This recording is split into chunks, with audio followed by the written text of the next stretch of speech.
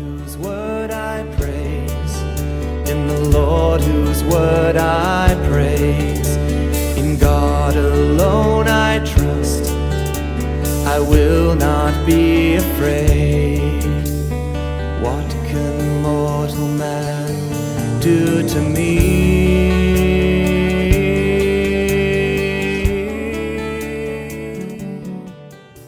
Hello, everyone, and welcome back to Preterist Apologetics here on the good old interweb, as the saying goes. Appreciate you being with us. My name is Don K. Preston. I'm the president of Preterist Research Institute of Ardmore, Oklahoma. It's my good friend, really good friend over here, Mike Sullivan, and we appreciate you being with us. And look, I just want to make a comment here about all the wonderful comments that we're getting, Mike, on our program here. And it's so gratifying to see people getting tuned in to the concepts that we are sharing with them. And there have been, obviously, some folks who differed, but no one's gotten ugly and no one's gotten out of place at all. It's just been, cordial disagreement. But really, really some great comments on what we are sharing. What we're trying to show people is this interconnectedness between the Old Testament and the New. Sophie. What what the scholars call the intertextuality. That's the big fancy term for it. Sit down. And I've been reading this book right here. I have mentioned this book before, Covenant and Metaphor of Divine Marriage in Biblical Thought. And Sebastian Smolars is the author's name. Excellent, excellent book. And in the introduction to the book, he points out how scholars down through the centuries have really struggled trying to understand how the New Testament writers were using the Old. And you've got some of the greatest scholars of modern theology. Rudolf Bultmann is one of them. And he said, whatever the story of Israel might have been, it is not our story. It is not the Christian story. And what he was saying is, and what Bultmann did was, when he came to the New Testament, he completely divorced it from the promises of Israel. And he said Jesus was drawing on Grecian concepts. Paul was thoroughly Grecian in his approach to Jesus and eschatology and theology, et cetera, et cetera. And you're going, where did he ever get such an idea? Yeah. But so many scholars divorced, pun intended, divorce the story of Jesus in the New Testament from the story of Israel. Don, have you heard, of course, I just finished this lovely book by Bart Ehrman, Armageddon. Have a lot to say about that at another time. But have you heard, speaking of Bart Ehrman, this kind of liberal view that, well, Jesus was kind of sort of developing the Old Testament and he was very Jewish, but Paul, he kind of Hellenized everything, and Paul's theology is completely different than Jesus's or theology. And I'm just like going, where? Give me an example. Like, what are you talking about? Oh, yeah. And as an auxiliary thought linked to that is the idea that Paul's the one that created Christianity. Jesus had no intention whatsoever of establishing a, quote, new religion. Well, it's certainly true that Jesus came to teach the true meaning of Torah. No question about that. But he also understood very well that by teaching the true meaning of Torah and by establishing the new covenant, there was going to be some radical changes. It was not going to be Israel of old. And so, yeah, this whole concept that Paul was a Hellenistic guy and that Jesus was thoroughly Jewish, it's actually been around for a good little while. And that basically is what I was talking about with Rudolf Bultmann. Rudolf Bultmann said that Jesus, even Jesus, for crying out loud, who said, do not think that I came to destroy the law of the prophets. I did not come to destroy, but to fulfill. But in reality, you got to understand that Jesus was dealing with Hellenistic thought all the while, and particularly Paul. Paul was a thoroughgoing Grecianized, Hellenized guy. And I'm like you. Where did you get this? Right. You don't get this from Paul. Didn't he study under Gamaliel? Yes. One of the more foremost Jewish scholars of the day. And Yeah, I so think like 1 in 10,000 or something like that could have that privilege. I mean, you had to know the Old Testament scriptures if you were going to be this guy's student. You know what I mean? absolutely. He didn't accept just any Joe Blow off the street. Right. As you're saying, you had to have connections. You had to be known for your knowledge of the scriptures Right. before you ever got accepted into his school. So the very idea that Paul was a thoroughgoing Hellenistic Jew just simply will not fly. And there's so much more that can be said about that, but it just shows you, people very often, and we know people like this, both of us, we know people who worship at the feet of scholarship. Mm. Now, let's make no mistake, I'm not disparaging, I'm not deriding, and I'm not depreciating the value of scholarship. Right. You and I both read scholarship every single day. We But appreciate when it becomes institutionalized and on there, on par with scripture is when we have an issue. Yeah. Just this last week on on YouTube, this one guy was accosting me and challenging the things that I had to say. And he was just constantly saying, I guess 90% of scholars disagree with you. And of course, part of my response was, well, I guess that 99% of all the Jewish rabbis disagreed with Jesus. So Right. what's your point here? Right. And Deuteronomy 32, which we'll be studying, pretty much prophesied that the majority of Israel would not understand her end because she would not understand her scriptures. And as Jesus said, the scriptures speak of me. Yeah. Well, as Paul said in Acts chapter 13, Paul said, even though the scriptures were read in the synagogue every Sabbath, that the Jews did not understand because they did not hear the voice of the prophets. Hmm. And that's exactly what we're talking about here. That when scholarship comes out and declares that the New Testament writers were all Hellenistic and Hellenized, and that they were divorced from the Old Covenant tabernacle or Old Covenant synagogue and Hebraic thought. And let me make this comment. It is so exciting to see over the last 15, 20 years an entire new movement. And I say new, there have been a few scholars along down through time who have always said, guys, stop saying Paul was a Hellenist. Paul was a thoroughgoing Jew. Mm-hmm. E.P. Sanders is one of them. E.P. Sanders, Paul and Judaism. E.P. Sanders well understood when you start assigning the creation of Christianity as a Hellenistic religion to Paul, you're completely out of bounds. Paul was a good, faithful, Torah observant as far as he could when he became a Christian Jew. He never abandoned the hope of Israel. Everything that he did was about the hope of Israel. And so no other things except that which can be found in the law and the prophets. Exactly right. So my point being, you and I both know people who, if scholars say it, then it's got to be true. And that means preterists are wrong.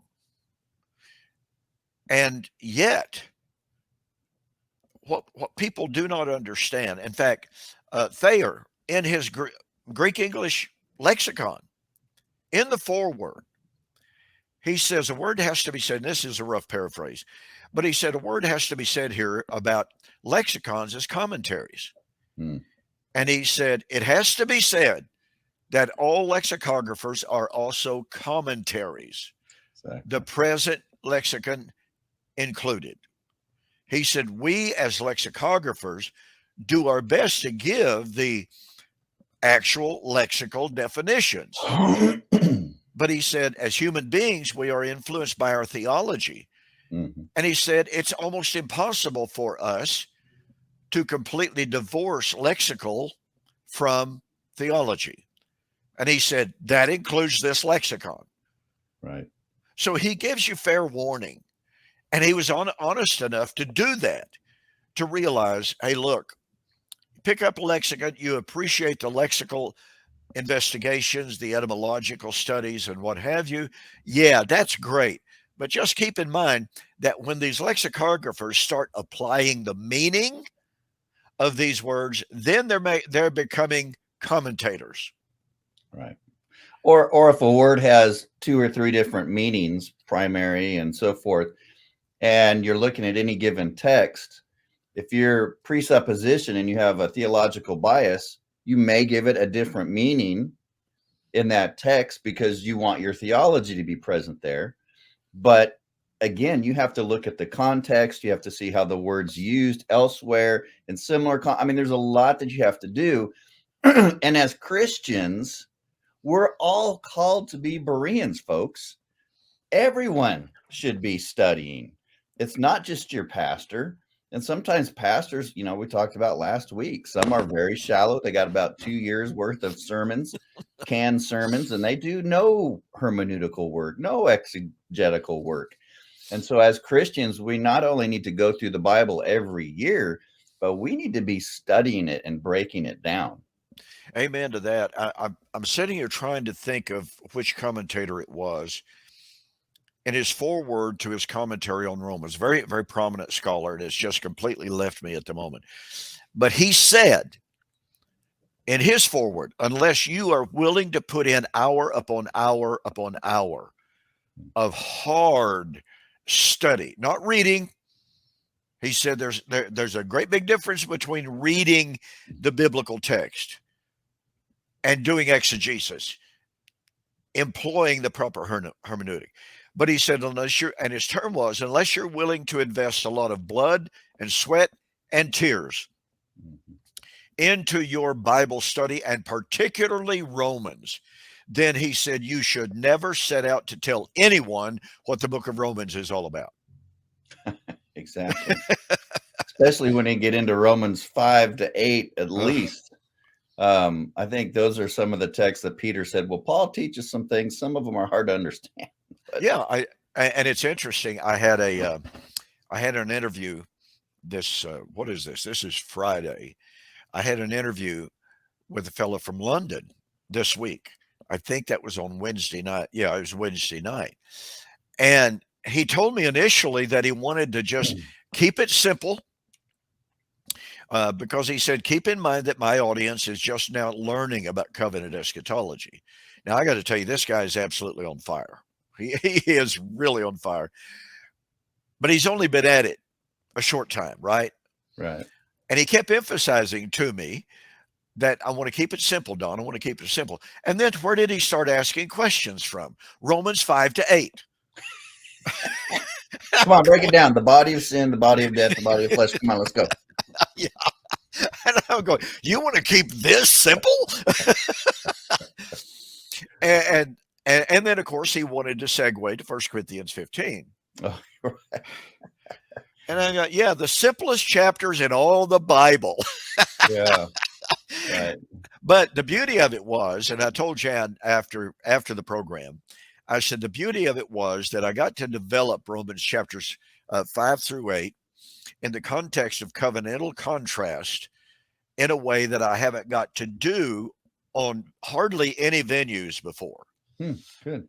Yeah, I mean, and of course I started with the garden for Romans chapter 5, obviously, and the first Adam, second Adam, all this kind of stuff. But I began with the definition of death. Now, he was familiar with Adam and the sin of Adam. He had never correlated it with Romans 5. As in, Adam, all men sin, 1 Corinthians 15:22, or all men die, even so in Christ shall all be made alive. But when you correlate that with Romans chapter 5, all of a sudden you see this a contrast. As Paul has said, okay, death was in the world. The law entered and endured or stood until Moses. The law entered that sin might abound. So here is the law exacerbating the problem of sin and death, Magnifying it, yeah. magnifying it, compounding it, blowing it up. And I said, now begins in Romans chapter 5, 12 to 14, begins this contrast between two covenants. The old law, which has taken the law of sin and death, taken the law of the garden, the sin of the garden, the death of the garden, assimilated it into the law, magnified it, and from the point of the giving of law onward, it was the anticipation of the conquering of that death and the sin. And it was amusing because although he wanted to keep it simple, and I kept trying to simplify it as much as possible as you go down through there, but as I constantly brought it back to the covenantal contrast, you know, his eyes were just getting bigger and bigger and bigger.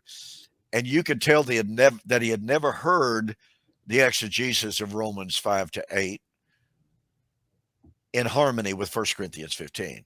And you can't understand 1 Corinthians 15 without knowing Romans 5 through 8 and 2 Corinthians chapter 3 through 7, 6, Exactly. around there. If you don't, I mean, if those aren't right there next to you as you're studying 1 Corinthians 15, you'll never understand it.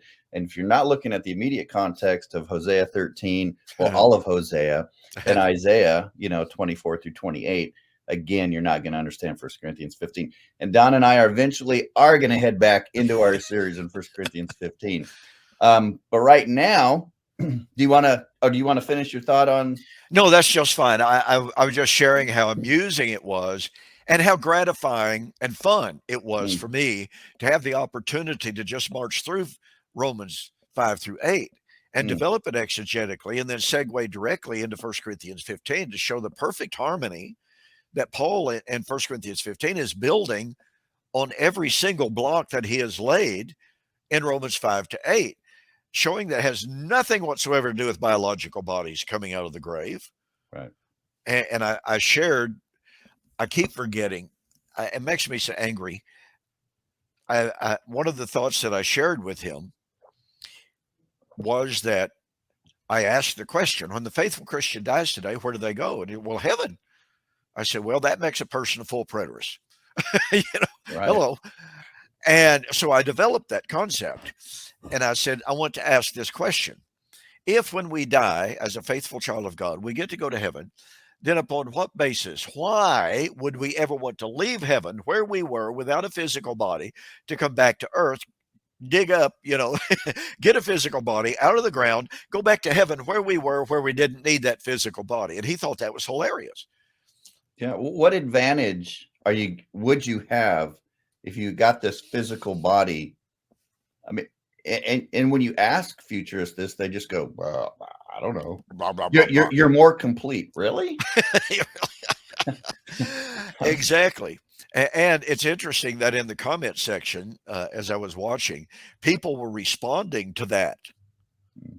And I pointed out, and this is where I get frustrated, I always forget whether it was Martin Luther or John Calvin who said, and he was responding to the idea that when we die, we go directly to heaven. And again, it was either Martin Luther or John Calvin. I've got it in my notes. I have to go back and dig it out. But one of the two said, it would be a foolish person indeed to ever want to leave heaven and to come back to earth to get a physical body if when they died, they went to heaven itself. Well, who can argue with that? I know. And yet, guess what, folks? That is precisely what futurists argue with. Yeah. 99.9% of all futurists, when you die as a faithful child of God, you'll go directly to heaven. And some of the church, quote unquote, fathers taught that there was a resurrection of souls or spirits out of Hades into God's presence. Unfortunately, not in AD 70 where the Bible places it, but at the ascension of Christ. And Ignatius did that. Ignatius said that. What's that? Ignatius taught that. Yes. And so we're just kind of fixing that a little bit and honoring the time statements. All right, guys. So we're in Deuteronomy 32. We're looking at the Song of Moses. We're starting in Deuteronomy 31, verse 29, where Moses says, in your latter days, and in Genesis 49, when Jacob is blessing the tribes, he's talking about in the last days of the sons of Jacob. Okay, this is the last days of Israel. It's not the last days of time. It's not the last days of world history. It's the last days of the nation of Israel, which functions as a type and shadow of the new covenant realities in Christ. And so we've been looking at the Song of Moses and how it's a cornerstone and foundation upon which the Old Testament prophets build upon. And then once we get to the New Testament, Jesus builds upon it, and then the rest of the New Testament authors do. So it is key to understand, and that's why we're spending some time here. Last week, we looked at the Song of Moses in relationship to Isaiah's eschatology. Tonight, we're going to pick up on Daniel. Then if we have time, we'll go into Jesus's development of it as well. Just to remind you some of the themes, we have the last days, we have the rejection of the rock, who when we talked about Isaiah, who's this rock in Isaiah or Deuteronomy 32 that's rejected, that's scoffed at? It is Messiah, Yeshua. Okay, so we have the rejection of the rock. We have in the latter days, there's going to be the specific perverse and crooked generation. When that generation comes, we find out later on in Deuteronomy 32 that the appointed time of Israel's end would be near. And we have covenant curses, we have decreation, we have, Don, just about every element of eschatology, do we not? We absolutely do. And this is a really, really good example. I've told the story of how the first time I heard David Curtis speak on the feast days, my mind just exploded. I turned to my wife and I said, why have I lived so long and been so ignorant? Well, I feel the same way about my study of the song. When I first began to tap into the beauty, how the song permeates the New Testament. It permeates the prophetic books. And as you said so aptly a little bit ago, it builds through the prophetic books. It brings us to Jesus. And it's the foundation of his ministry. It's the foundation of Pauline theology. And so when I began to see the incredible power of the Song of Moses, it was like, Preston, why did it take you so long, to tap into this? And so I've been going back, rereading just this week, rereading a lot of that J. Ross Wagner's book and elements from it. And his book to me is the best explication of the relationship of Pauline theology, especially in the book of Romans, especially, and the Song of Moses. I mean, every page is just chock full of insights of how Paul is drawing on the song, as well as the Psalms, Psalm 68 especially, and so 69 in the English translations. So anyway, once we get a feel for that interplay, that interconnectedness between the Song of Moses and all of these other books, we cannot help, it seems to me, we cannot help but see the unity of the Scripture. I was raised in an environment in which one of the best ways to study was you drag out your Strong's Unabridged Concordance. And if you really want to learn the Bible, you look up the word kingdom. You look up every single verse where the word kingdom appears. And then you look up faith. Then you look up repentance. Then you look up this. You look up that. Right. And instead of taking a holistic view of Scripture, you're cherry picking. You're cherry picking. You're not integrating the narrative you have what I call an atomistic perspective of the Bible. Well, okay, it says this about the kingdom. Well, how does the kingdom relate to the marriage of Israel? What? Right. The same can be said of systematic theologies. And I've got several: Berkhoff, Hodge, Calvin's Institutes. I've got, a lot of them, and they serve a purpose, Oh, yeah. but you can get trapped into the same mindset that you're talking about here, not being able to connect a doctrine as it progresses through scripture, and it becomes a proof texting thing, and not a I guess protology is the best concept, where you're taking these themes from Genesis all the way through the Bible to Revelation, and you're developing them, and then you see them much more clearly. Yeah.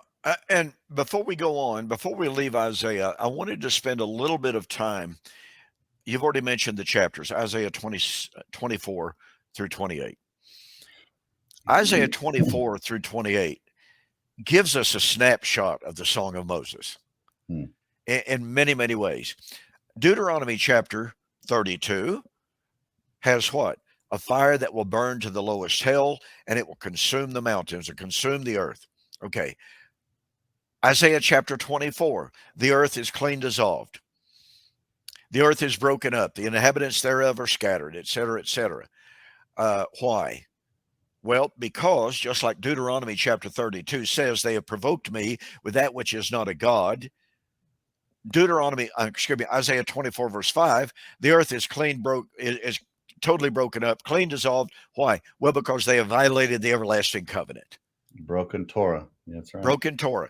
And then guess what you do? You move into chapter, and I'm going to go very, very briefly into chapter 27, when it talks about the taking away of Israel's sin, which Paul quotes over here in Romans chapter 11, 25 to 27. It's one of his foundational prophecies of the salvation of, quote, all Israel, unquote. And in Isaiah chapter 27, it just as clear could be. And I pointed this out in my debate with Chris Nate. He totally ignored it. By this is the taking away of Israel's sin. When the fortified city is laid desolate, when the altar is turned into chalk stones. And then he said, for this is a people of no understanding. And the people whom the Lord had created will no longer have mercy. He's drawing directly on Deuteronomy 28:38, or excuse me, 32:28. It's a people of no understanding. They do not understand. And here is Yahweh saying in Isaiah 27 that he was going to turn the city into a desolation. The altar would be turned to chalkstone. And this people whom he had created, I wonder how many people he created. This special people that were without understanding. Yet the salvation of Israel, and I never will forget this, I was rather shocked at it. In my book, Elijah has already come, a solution in Romans 11, 25 to 27. I've got an entire chapter devoted to showing that salvation and judgment go hand in hand. They're synchronous events. Right. Well, I knew that dispensationalists tried to dichotomize, tried to divide them and say, oh, well, the salvation of Israel stands on its own. That is a temporally isolated event. But then you got the judgment of Israel in AD 70, but the judgment in 70 is not the time of the salvation. Right. Okay, so I knew, and Thomas Eismitz makes a big argument about that. But I had assumed that most amillennialists and most postmillennialists realized that salvation and judgment went hand in hand. They're synchronous events. So nonetheless, I devoted an entire chapter to that. A friend of mine who was at the time studying for his doctorate, I'd sent him a copy of the book, asked him to look at it. And he wrote back and he said, Don, this chapter is absolutely brilliant. Okay, well, thank you very much, but I thought you already knew that. Right. He said, no, this is something that's not recognized. Which is crazy, because Matthew 3, you look at John the Baptist's eschatology, and even Jesus in the next chapter, whenever they're saying the kingdom of God or the kingdom of heaven is at hand or it's near, he links it to the judgment, and you have a salvation for the remnant, and you have the judgment of those who have hardened their hearts. And they go It's together. everywhere. I don't know why this is complicated. I don't either. That's why I say it. It surprised me when this guy, scholar, said, this is brilliant. This is not something that's widely recognized. I go, why not? But you know, Well, I think it's because people, especially Christians, think in terms of salvation only at the cross. Yeah. They don't understand, especially if they're denying that the second coming is taking place when it's supposed to, in AD 70, at the end of the Old Covenant age. They don't understand how AD 70 has anything to do with salvation. And it's very rare. I mean, you'll find it in Joel McDermott a little bit. You'll find it a little bit in Ken Gentry there in Revelation 21, where there's no sea, always taking away sin. And you'll see a little bit of it, but they don't want to go too far, because then they give the farm away. That's to say, yeah, that's a mouthful. It's a huge, huge understatement. And I've got to tell you, I can't wait to get Kenneth Gentry's 2-volume book on Revelation. I mean, it's supposed to be at the printer. I don't know when they're going to ship them, but I placed my pre-order, a good little while back. As soon as I saw the announcement, it's just like, yeah, send that to me, because I want that. I want to see how he builds on his earlier statements in his "He shall have dominion." For instance, in Revelation chapter 10, 6 and 7, that in the sounding of the seventh trumpet, the mystery of God is finished. That which was spoken by the prophets. Okay. Right. Well, guess what Kenneth Gentry says that is? He says the seventh trumpet signals that the end of the temple cultus and national Israel is about to come. Well, wait a minute. The seventh trumpet is the resurrection of Revelation 11, 15, and following. And that's what I want to see. I want to see how he deals with verse 18 of Revelation 11, which they always fly over.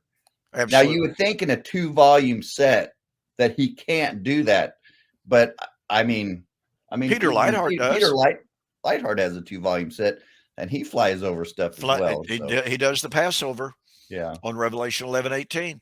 I mean, he's got some tremendous comments about when is the mystery of God finished. Well, it's when the blood of the martyrs was vindicated.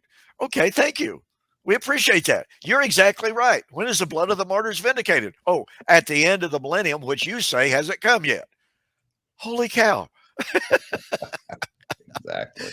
Yeah, so it's, as you know, Mike, it's sometimes very frustrating to pick up these outstanding scholars who do such a marvelous job right up to a point. And then they completely abandon their hermeneutic. They completely abandon the text, and they just jump ship and talk about the end of time. Doug Wilson does that in his book, When the Man Comes Around. He does a really good job on Revelation 11, 15, and following. He does a real good job into Revelation 19. Oh, but then, see in chapter 20, we got this really long period of time. Oh, but wait a minute. After he talks about the millennium, Jesus is coming real soon. And he did in AD 70. Right. So it really, truly is frustrating to read this take place, knowing that these men they absolutely had to be struggling with it. But they knew, I mean, when Kenneth Gentry says in his book, Navigating the Book of Revelation, a little short book, when he says, contrary to popular opinion, Revelation 21, the new heaven and new earth coming down from God out of heaven, the tabernacle of God is with men. Contrary to popular opinion, that's not talking about the eternal state. That's talking about Christ marrying the New Covenant church in AD 70. Okay, thank you. You just surrendered the whole book. So I don't remember Gentry ever saying that we're still in a betrothal period. I always read partial preterists to say that the divorce of Old Covenant Israel took place in AD 70. The marriage has taken place, and then the feast follows the wedding, right? Jewish weddings. I mean, No, that's how I've Gentry understood says the Gentry. wedding was in AD 70. He So says, then you have Wilson trapped with this. And so now he's saying that there's a double fulfillment of what Gentry says there can be no double fulfillment. no. This is not talking about the eternal state. It's talking about a covenantal transition. And we have Gentry saying the wedding took place then, and now we're having Wilson understanding the problem with this because it's connected to the resurrection of Isaiah 25, 6-9. So he's completely, of course, this is not uncommon for these guys. Well, that's a huge understatement. And you and I both know this, and we pointed out in our respective writings and presentations. And listen, you and I also know that these men are acutely aware of how you and I and others expose their inconsistencies. It's one of the reasons they refuse to debate us. Right. I've said this many times. Kenneth Gentry knows that if he were to debate either you or me, and he's been challenged to debate me probably 20 times, and he's always too busy. Okay, well, he knows that if he were to get into a debate with me, whether it would be a written debate or whether it would be a YouTube debate or what it might be, he would not be debating Don Preston. He would be debating Kenneth Gentry versus Kenneth Gentry versus the scriptures. Right. And that's a really tough thing to do. It's really a tough thing to do. If he were debating me, not only would he be debating himself, he would be debating his partial preterist system, which goes with Joel McDermott, Gary DeMar, Peter Lightheart, John Owen, John Lightfoot. He would have to deal with his system as well as what he has written. But that's why he does not want anything to do with this. That's why he does. Doug Wilson doesn't. Doug Wilson has backed out of two things with me. One, a one-on-one debate that he said he was going to think about, but he had some personal things, and then he'd get back with me. Then all of a sudden he got too busy again. Then we had the documentary that we were going to do with you and him and me, and he backed out of that. And it's just how you can't milk this. I'm too busy for if it's a year or two, maybe, but when it becomes 15, 20 years, you can't use that card anymore. Well, it's expired. Yeah, in the case of Gentry, we know that he has debated some other men. He's debated an amillennialist during that period of time. And so while he can find the time to do what he wants to do, right, he cannot find the time to debate us. That's the bottom line. And once again, we both know, there's no question about this, he is very, very well aware of the work that we are doing in exposing his positions. For instance, I've written numerous articles on academia.edu. I recently wrote a response to Elton Holland, a friend of mine who's a scholar, who wrote a critique of the full preterist view. Well, guess what? I've gotten notification that Kenneth Gentry has read my critique, my response to Elton Holland. He has read some of my other articles. So Kenneth Gentry could never plead ignorance of what I'm saying, of what I've written. He knows about my books, but he most assuredly has got to know, guess what? Preston knows I've been reading his articles. That's undeniable. And all the more reason that he doesn't want to debate us. Well, okay, let's move on. And let's get into Daniel and the appointed time. Yes. Well, why don't we start with the last days, right? Because we have the last days, Deuteronomy 31:29, Then we have the last days, Daniel chapter 2. He kind of sets it off. Then we have the stone cut without hands. The kingdom comes during the Roman Empire. So we have a development, right? What's I don't want to say vague in Moses's eschatology. It starts to getting more and more clear once we get to Isaiah, and now even more clear in Daniel, because now all of this is going to take place in the fourth kingdom, the fourth empire, the Roman Empire. All of this, the last days, who the Messiah is gets clear. And then you're right, the appointed time. And this is one of the reasons. I've forgotten whether we talked about it last week or if it was on another interview. I've been so busy lately, I don't hardly know which world I'm in, which is a good thing. It's a good thing, but I kind of lose track of what show I discuss this or that on.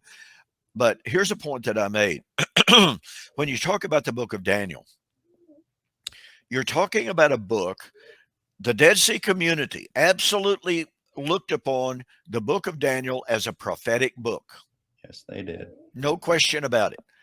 But guess what the Jews do? The Jews, my friend in Israel that I have mentioned repeatedly, Reuven Bronner is his name. Reuven Bronner has told me modern day rabbis do not consider Daniel to be a prophet of God. Yeah. Well, yeah, because it destroys their whole religion. Boom. Listen, and he's a wonderful guy. I love corresponding with him. Boy, he's on edge right now with all of this. All this conflict going on over there, and rightfully so. I mean, you've got the possibility of Iran shooting hundreds of missiles at you, and Israel's not a very big place. And as much as he and I disagree theologically, clearly so, it's still, you've got to commiserate with somebody who's living in a country that another country wants to wipe you off the face of the earth. That's scary stuff. It's really scary stuff. It is. But he's told me repeatedly, the modern Jew does not consider Daniel to be a prophet of God. Well, again, the reason that's true, folks, and you have to catch the power of this, the reason the ancient Jews, real Jews that could tell you what tribe they were from and prove it. Absolutely. Great point. Back when there were genealogies, back when they could go in to do in the days, like they did in the days of Ezra, when the remnant returned from Babylonian captivity, and a search of the record was found that here are some men who wanted to be priests, and a search of the records was made, and their names were not in the records, therefore they were not allowed to be priests. That's Ezra chapter 2, 62 and 63. Well, okay, where is the Jew today? I'll use the term Jew. Where is the Jew today that can go to the records, look up their name and say, I am descended from Aaron and from Levi. I am in the Levitical lineage. I can be a priest. So how do they do that today? Well, my friend told me, because I asked him very pointedly last year. I said, since there are no genealogies, how does anybody going about to prove that they would be qualified to be a Levite should a temple ever be rebuilt? He said, well, basically our position is if somebody claims they're a Levite, we take their word for it. I mean, wait a minute. I am the son of Bill Gates. You're going to take my word for that? There's a gal I've been sometimes interacting with, not a lot, but Naomi Wolf. She was on Tucker Carlson. Really good investigative reporter, but she's Jewish, knows Hebrew, does some videos, and she was talking about the angel of the Lord. I said, Naomi, can you tell me who the angel of the Lord is? Can you tell me who Melchizedek is? Can you tell me who the Son of Man is in Daniel? And give me the Jewish concept of the two powers of heaven. Develop for me various views. And Daniel 7:13, the next verse, 14, says that this Son of Man will be worshipped. And that Aramaic word for worship is worship, because everywhere it's used in Daniel, it's worship. It's not just some, general serve. Homage. And I said, can you do this? And I haven't got a reply yet, but this is why the modern Jews do not really care for Daniel. No. Because Daniel gives that doctrine of the two powers of heaven, where Messiah is eternal, he's divine, and he's a son of man coming on the clouds. They did not know how to wrap their head around that. And here's Jesus saying, yeah, that's me. That's his favorite title. I know. That's just 32 times in the New Testament. He does not refer to himself as son of David. The only time you will see that is in Revelation. Anywhere in the Gospels, Jesus never. He says, I'm the Lord of Psalm 110, and I'm the Son of Man of Daniel. And I am. I mean, I am the Alpha and the Omega. I am the beginning and the end. Yes. I am the Pantocrator. And he was very Jewish. You talk about these liberals that are saying, well, Jesus was Jewish. Yeah, well, let's develop that a little bit. How Jewish was he when he claimed to be deity? Yeah. Yes. Okay. Daniel chapter 2, you've already touched on it. We have the delineation of 4 empires that would come, the last being the days of the Roman Empire. And in the day, and by the way, this is set within the context of the last days. Now, folks, that's a direct echo back to the Song of Moses about the last days, and Deuteronomy 31:29 as well. So when you see these prophetic books using this terminology that spring up in the Hebrew patriarchs, talking about the future times, the time of Messiah, the time of salvation, the time of the kingdom, and now here are the prophetic books using all that terminology. And as Mike has said so well, now they're refining that. You can look at it almost like a funnel. You start bringing it down, bringing it down, bringing it down. And now we have a time frame given. Mm-hmm. And folks, make no mistake about it. One of the reasons why, we just talked about it a moment ago, one of the reasons why modern day Judaism rejects Daniel is because it gives such a, quote, specific, no, it doesn't give the day and hour, but it gives a kingdom, a time of a kingdom when Messiah and the kingdom was to be established. Now, I think we need to point out right here that in John chapter 1, I believe it's starting about verse 30.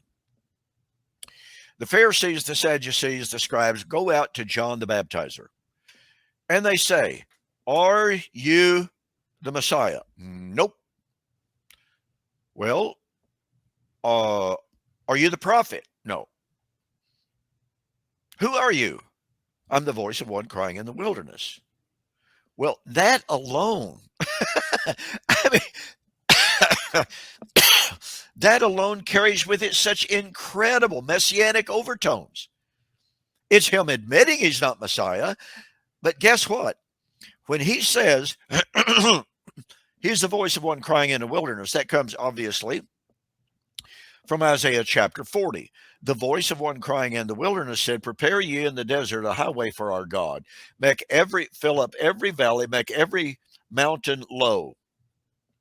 Make a highway in the desert for our God. Folks, when I found out what kind of language that is warfare language. Mm-hmm. That is invasion language. And I will use the terminology that the scholars do sometimes. In the case of Isaiah 40, this is the holy war language. And here's what it means. In the ancient world, and especially, well, it started with the Assyrians, to be sure, and it carried through all the way through the Babylonians, carried through with the Greeks. When their army was going to invade another country, they would send out platoons, squads, groups of soldiers who would literally build a highway for their war machines. Josephus, in Wars of the Jews, as he speaks about the siege of the city Jotapata, he says Vespasian sent out his road builders, and they cleared the highway. They cleared a highway. They took out the boulders from the way. They cut out the trees. They made highways for the movement of the Roman army so that they could travel with speed. Yeah, they could take their battering rams, all their military equipment, needed a flat road. Exactly. And so when we're told that John the Baptizer is saying, prepare you in the desert a highway for our God, make straight his paths in the desert, fill up the valleys, lower the hills. This is the coming of the Lord in judgment. It's not talking about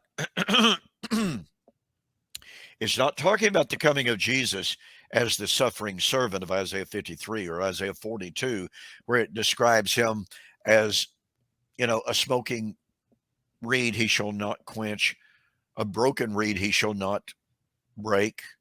No, that's the suffering servant.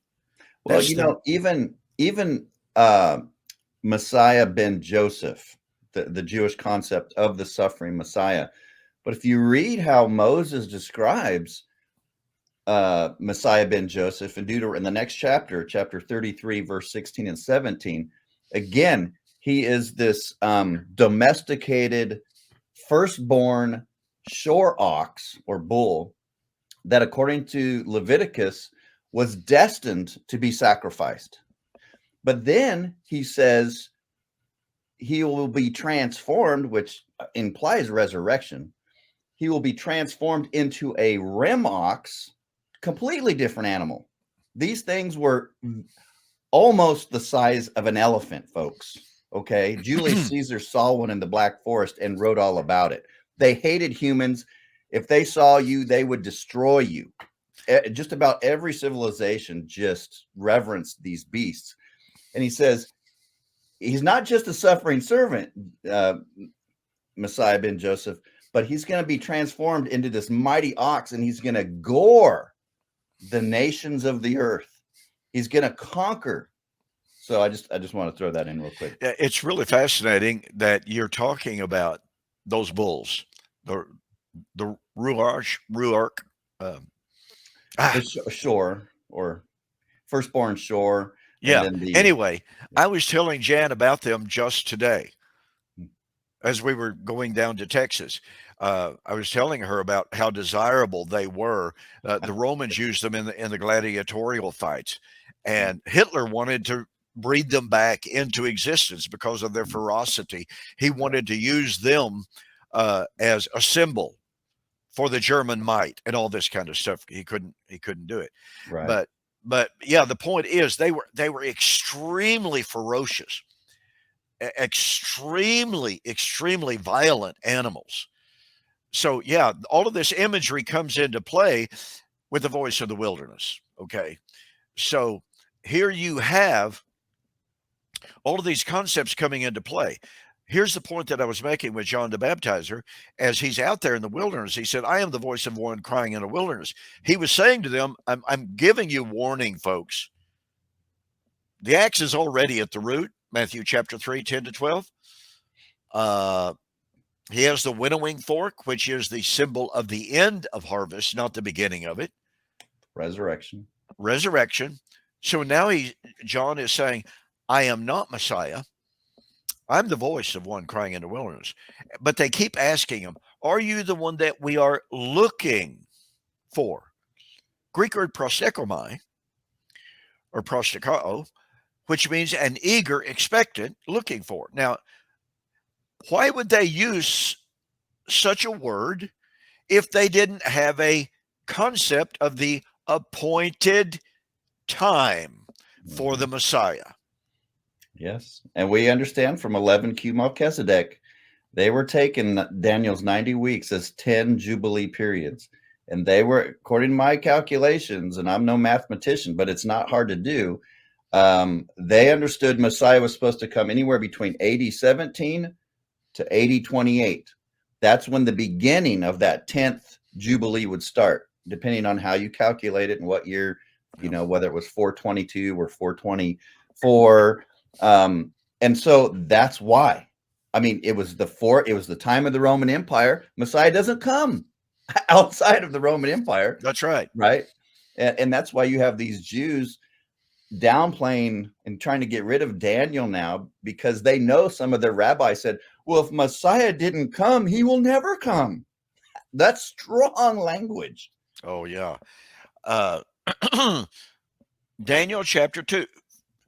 It gets better from Daniel chapter 2 about this appointed time of Deuteronomy chapter 32, the Kairos, the appointed time. Chapter 32, verse 35 in the Septuagint, we're talking. Yes, exactly. Thanks for that clarification.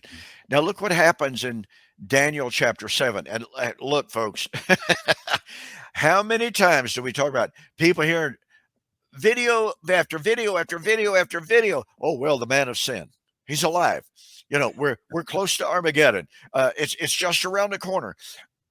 A guy on Facebook told me last week that next week we're going to see dramatic unfolding of God's plan. It will be evident to everyone. Don, do you get to the point where sometimes you just sit there and go, this is like a totally different religion? Yeah. I mean, these guys have twisted the scriptures to where they're just not even understandable. I mean, it's just it's a cult. It's something totally different than what the scriptures. And in regard to this individual that I'm talking about, I won't call his name, but he said it will very, very soon be revealed who's right and who's wrong. He was talking about him or me, because he said we have Michael, the archangel, with us personally, and you don't. So it will soon be revealed that you're wrong. I'm going, well, is he talking to Michael? Okay. Yeah. But think about this. Now, a lot of people are going, Mike Johnson, Speaker of the House, right? What's going on with him? Well, he's taking photos with John Hagee. Scares me to death. It scares me to death. Folks, bad eschatology has really, really bad consequences. Oh, this guy has no problem spending all of our money in the name of being a conservative to give it away to do these wars so he can usher in the rapture. And these guys begin having a messianic complex. Now, Benjamin Netanyahu does have a messianic complex, because in their theology, their John the Baptist is a military leader. He fights, he destroys, he clears the way for the temple to be built, right? Mm-hmm. So in their eschatology, Talmudic eschatology, that some of them refer to Benjamin Netanyahu as the John the Baptist, as one who prepares the way, or they think he is the Messiah because, again, he's a military leader. He wipes out the enemies, prepares the way to rebuild the temple and bring everyone back into the land. And so when you have this Zionist eschatology, they are bleeding us financially, and they're bleeding our sons and daughters, sending them over there to fight in wars that really, it comes down to really bad eschatology and theology. You and I both have been saying this for years and for years. You cannot look upon eschatology as an ivory tower, abstract theological discussion that has no impact on everyday life. Right. America has lost thousands of its young men and women because of bad eschatology. And when you look at the dispensational world, now look, I know that so many good people, they're sincere, but sincerity does not negate the seriousness of the doctrine. Let's just face it. You may be as good-hearted and love the Lord and all that kind of stuff, but if you vote for people who are devoutly Zionistic and who believe that America must support Israel no matter what she does, even to the point of killing Christian Palestinians for crying out loud, because after all, that's her land. And Israel has a right to do whatever's necessary, even if that means booting Christians off of their property, because it doesn't belong to them. When you vote for those who have that philosophy, you are aiding and abetting the shedding of innocent blood. Well, Don, I'm That's to the strong point. language, I know, but it's the truth. I'm to the point where just paying our taxes, Don. I mean, and I get frustrated. I'm going to meet with Tim Burchett. He's a congressman here in Tennessee. I'm supposed to meet with him today, but he's still in Washington trying to deal with Mayorkas. But I want to talk to him about some of this stuff. And even Marsha Blackburn's really good, but she's again one of these Christian Zionists. And, you know, she's blaming Biden for wasting our tax money to support Iran. But she wants to give our tax money to support Israel. So you look at it, our tax money, we're being bled financially on purpose, by the way. Mhm. All right, because that digital CBD world currency that's what all this is about, bleeding us, destroying us from within financially. And we're supporting Iran and we're supporting Israel. It's a vicious cycle. And none of us, most of us don't want that. And, you know, we had a revolution over, you know, Taxation England without taking away representation. our rights to print our own currency and over taxation. And I'm looking at, we're going to get to a climax in this country where we're like, we don't want you taking our hard-earned money to support these wars that have nothing in the name of the Bible. At some point, there's going to be something's going to hit the fan, I think. Well, and I'm one of these, I just shudder to think of that possibility. And so what we've got to do, men like you, myself, and a growing number of others, we have got to impress on people the absolute necessity for correcting the errors of bad eschatology. Right. And that it's got to become a grassroots movement in which we are confronting, you know, we are absolutely confronting the errors that are killing our young men and women and costing us gazillions of dollars. You know what, Don?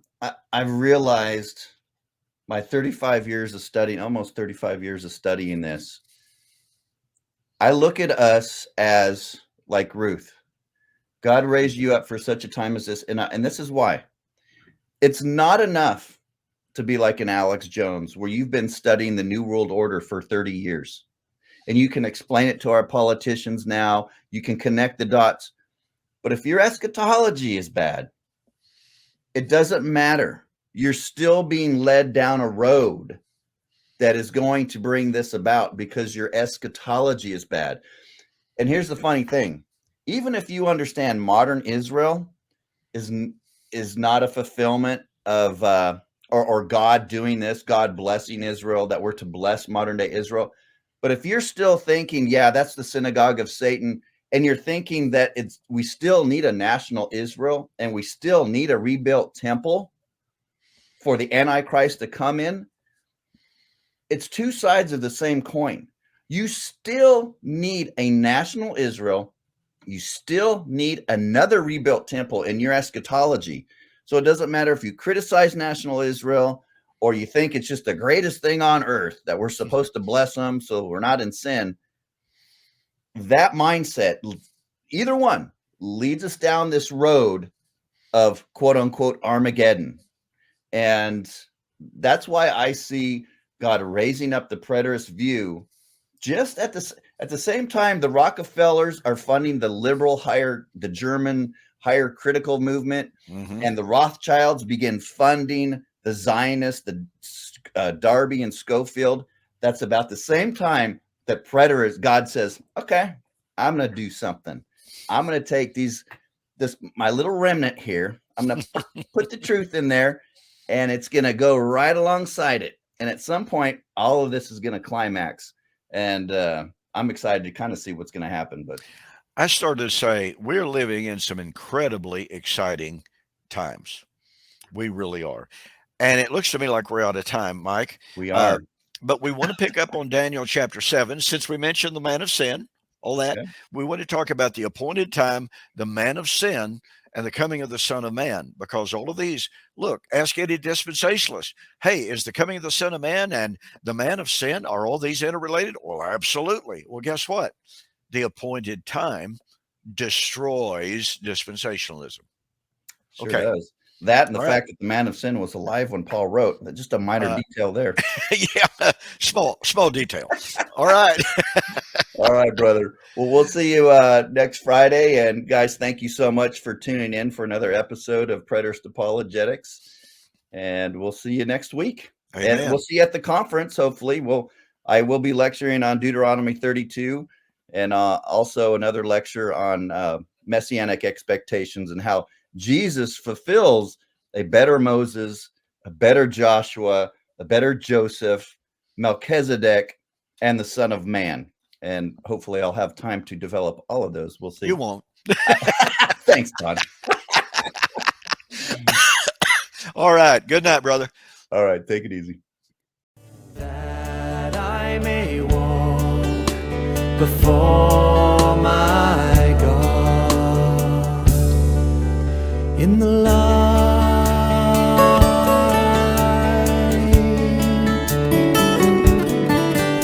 in the